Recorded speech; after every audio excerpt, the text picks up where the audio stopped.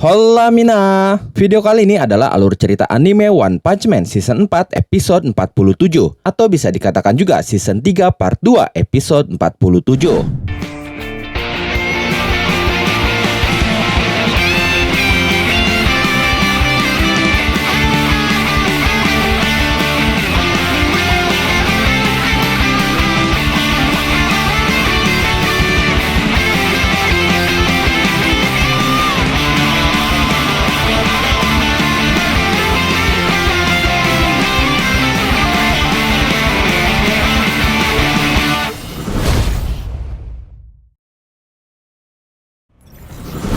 Di tempat lain, Lightning Max mulai panik setelah Tareo menghilang, dan dia langsung berencana untuk mencari Tareo. Dia berkata, "Kita harus mencari Tareo. Siapapun yang masih bisa bergerak, ikutlah denganku. Kita harus kembali ke tepian." Lalu tiba-tiba, Waganma terkejut ketakutan. Dia berteriak, "Ada mayat!" Ternyata saat itu dia melihat tubuh gendut yang mengambang seperti mayat. Kingar langsung menutup mata Waganma sambil berkata, "Jadi ternyata ada warga sipil yang tidak sempat mengungsi ya?" Lightning Max berkata, "Benar-benar tragis sekali. Kasihan dia." Snake pun mendoakan mayat itu dengan berkata, "Istirahatlah dengan damai." Tapi saat tubuh gendut itu dibalik, ternyata dia adalah Pigad yang masih membawa para pahlawan di perutnya. Kembali ke pertarungan, Garo menumbuhkan dua tangan tambahan di pundaknya dan terus menyerang Saitama. Pukulan cepat pun dilepaskan Garo. Saking cepatnya, seakan-akan Garo memiliki puluhan tangan, tapi Saitama masih bisa mengimbanginya. Saitama berkata, "Ini keren juga. Dari mana kau belajar trik seperti ini?"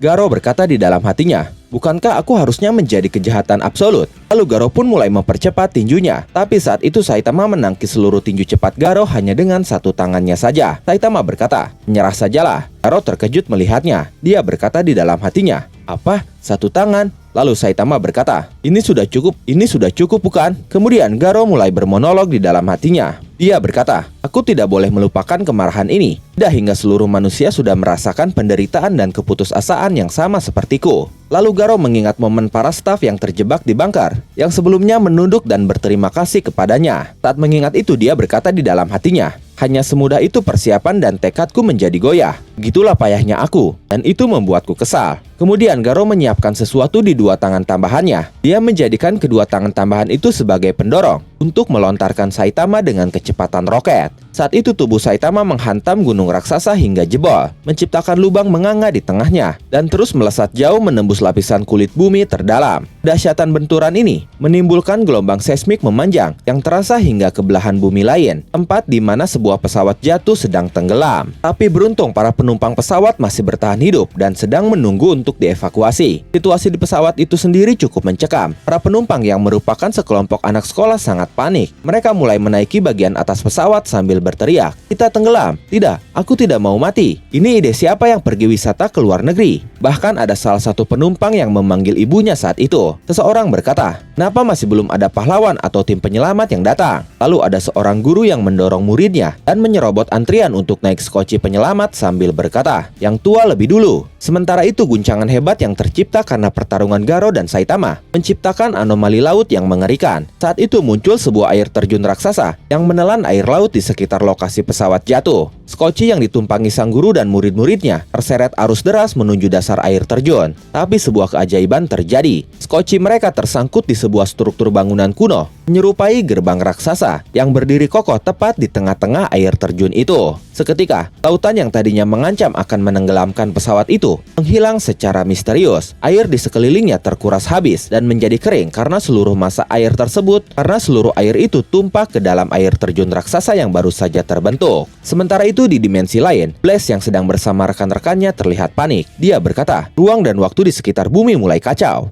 Medan magnet dan gravitasi pun mulai menggila. Apa yang sebenarnya sedang terjadi? Lalu Blaze melihat kondisi bumi melalui portal ruangnya, dan dia bersama rekan-rekannya dibuat terkejut karena saat itu bentuk bumi berubah. Blaze berkata, "Apa? Buminya melar?" Rekan Blaze yang wanita berkata, "Bagian dari plat samudra yang masuk ke bumi karena gerakan lempeng didorong keluar oleh sebuah kekuatan besar." Rekan Blaze lainnya yang terlihat seperti Boros berkata, "Siapa yang melakukan itu?" Lalu rekan Blaze lainnya yang berwujud seperti seekor singa berkata, "Aku tidak bisa membayangkan ada makhluk bumi yang bisa melakukan hal itu. Mungkin itu hanya pergerakan lempeng yang aneh saja. Tapi mau bagaimanapun." Setelah itu Blaze dan yang lainnya mulai bergerak sambil berkata, "Brengsek itu akan merusak segel dimensi. Kita harus segera memperbaikinya." Setelah itu mereka pun pergi berteleportasi. Sedangkan saat itu di kedalaman lapisan kulit bumi, Garo masih terus mengerahkan seluruh tenaganya untuk mendorong Saitama lebih dalam lagi. Tapi di tengah tekanan ekstrim itu, suasana tiba-tiba berubah mencekam. Saitama yang tadinya berwajah datar, seketika mengubah ekspresinya menjadi sangat serius. Melihat sorot mata yang berbeda itu, jantung Garo seakan-akan berhenti berdetak karena terkejut. Saitama seketika melancarkan serangan balik dengan teknik konsekutif normal punches. Dan kini giliran Saitama yang mendominasi. Tinju beruntunnya itu menghujani Garo dengan kekuatan yang luar biasa, mendorong sang pemburu pahlawan itu kembali ke permukaan. Garo benar-benar tidak berdaya saat itu. Tubuhnya dipaksa keluar menembus lubang menganga di tengah gunung tempat dia sebelumnya mendorong Saitama. Sambil mencoba mengimbangi tinju Saitama, Garo berkata di dalam hatinya,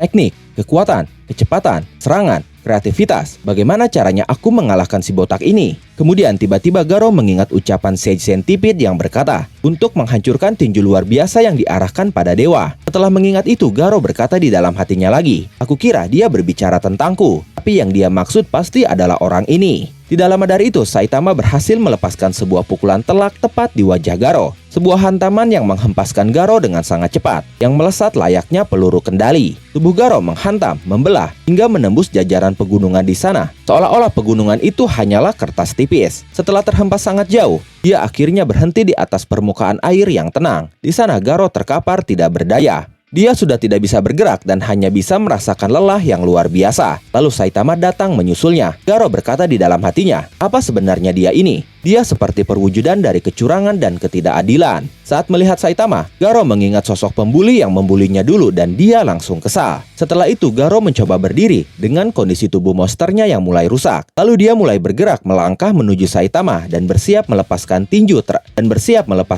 terakhirnya kepada Saitama. Pukulan pun dilepaskan dengan sisa tenaga yang ada. Tapi Saitama jauh lebih cepat. Saitama mendarat lebih dulu, menghantam Garo hingga dia terhempas kembali dengan sangat keras. Detik itu juga, armor monster yang menyelimuti Garo mulai retak, memperlihatkan tubuh asli Garo yang perlahan terlepas dari cangkang monsternya. Sambil terkapar, Garo berkata di dalam hatinya, sial, jadi bahkan setelah sampai sejauh ini, tetap saja aku dihajar oleh ketidakadilan yang tak terkalahkan. Dan sekarang semuanya berakhir. Kemudian saat itu langit tiba-tiba menjadi gelap dan muncul pusaran awan raksasa. Lalu terdengar suara yang berkata, aku mendengarmu. Saitama melihat ke atas, tapi dia tidak melihat siapapun di sana. Dan momen itu mengakhiri alur cerita One Punch Man Season 4 episode 47, atau bisa dikatakan juga Season 3 Part 2 episode 47.